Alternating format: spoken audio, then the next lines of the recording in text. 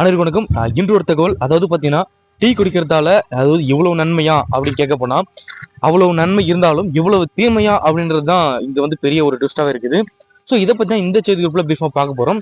And இது போன்ற information பற்றிய கூடுதல்களை உடனுக்குடன் துல்லியமா தெரிஞ்சிடும் அப்படின்னு நினைச்சீங்கன்னா கீழே இருக்க ரெட் கலர் பட்டனை கிளிக் பண்ணி சப்ஸ்கிரைப் பண்ணிக்கோங்க. பக்கத்தில் இருக்க பெல் ஐக்கனை கிளிக் பண்ணி ஆல்ரெடி பண்ணிக்கோங்க. அண்ட் முக்கியமான விஷயம், வீடியோ ஸ்கிப் பண்ணா பாருங்க, அப்பதான் நான் சொல்ற தகவல் நினைட்டு உங்களுக்கு வந்து முழுமையாக வரும். வாங்க வீடியோக்குள்ள பார்க்கலாம். அதாவது நீங்க எந்த மாவட்டத்துல இருந்து இந்த வீடியோ பார்க்க சொல்லிட்டு மறக்காம கமெண்ட் பாக்ஸ்ல கமெண்ட் பண்ணுங்க, அப்பதான் நான் தெரிஞ்சுக்க முடியும். ஸோ தினமும் டீ குடிப்பது பார்த்தீங்கன்னா ஆன்டி ஆக்சிடென்ட்கள், இதய ஆரோக்கியம் மற்றும் எலும்பு வலிமை, நோய் எதிர்ப்பு சக்தி அதிகரிப்பு போன்ற நன்மைகளை தந்தாலும் அளவுக்கு அதிகமாக குடித்தால் தூக்கமின்மை, பதட்டம், அமிலத்தன்மை, பற்களில் கரை, சிறுநீரக கற்கள் அதாவது அதிகளமாக ஏற்படும் போன்ற தீமைகளை வந்து ஏற்படுத்தும். இது போன்ற அதிகமான தீமையை ஏற்படுத்தும். அது சொன்ன மாதிரி முன்னாடி வந்து நன்மை எவ்வளவு தூரம் ஏற்படுத்தினாலும் தீமை இந்த அளவுக்கு ஏற்படுத்தும். ஸோ இதுவும் இன்னும் என்ன இந்த செய்திகளை என்ன சொல்ல வராங்க அப்படின்னா இந்த செய்திகளை பிரீஃபாக பார்க்க போறோம். வாங்க வீடியோக்குள்ள போகலாம்.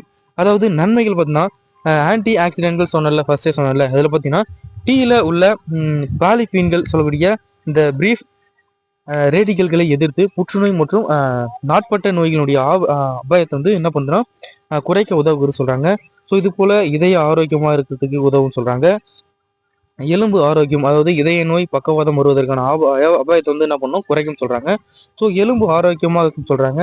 மன விழிப்புணர்வு, அதாவது காஃபின் இருப்பதால, அதாவது அந்த செய்தி அந்த டிவியில் பார்த்தீங்கன்னா காஃபின் இருப்பதால விழிப்புணர்வையும் கவனத்தையும் வந்து அதிகரிக்கும் சொல்றாங்க. ஸோ நோய் எதிர்ப்பு சக்தி அதிகமாக இருக்கும். செரிமான அமைப்பு பார்த்தீங்கன்னா மூலிகை டீ செரிமானத்திற்கு வந்து உதவும் அப்படி சொல்றாங்க. ஸோ நோய் எதிர்ப்பு சக்தி எதை வச்சு தான் சொல்றீங்க அப்படின்னு கேட்டீங்கன்னா நோய் எதிர்ப்பு மண்டலத்தை வலுப்படுத்த இது உதவுறதால இதை சொல்றாங்க.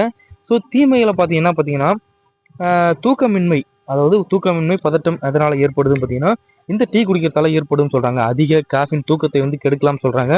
பதட்டம் மற்றும் நரம்பு தளர்ச்சியை வந்து தூண்டலாம் சொல்றாங்க.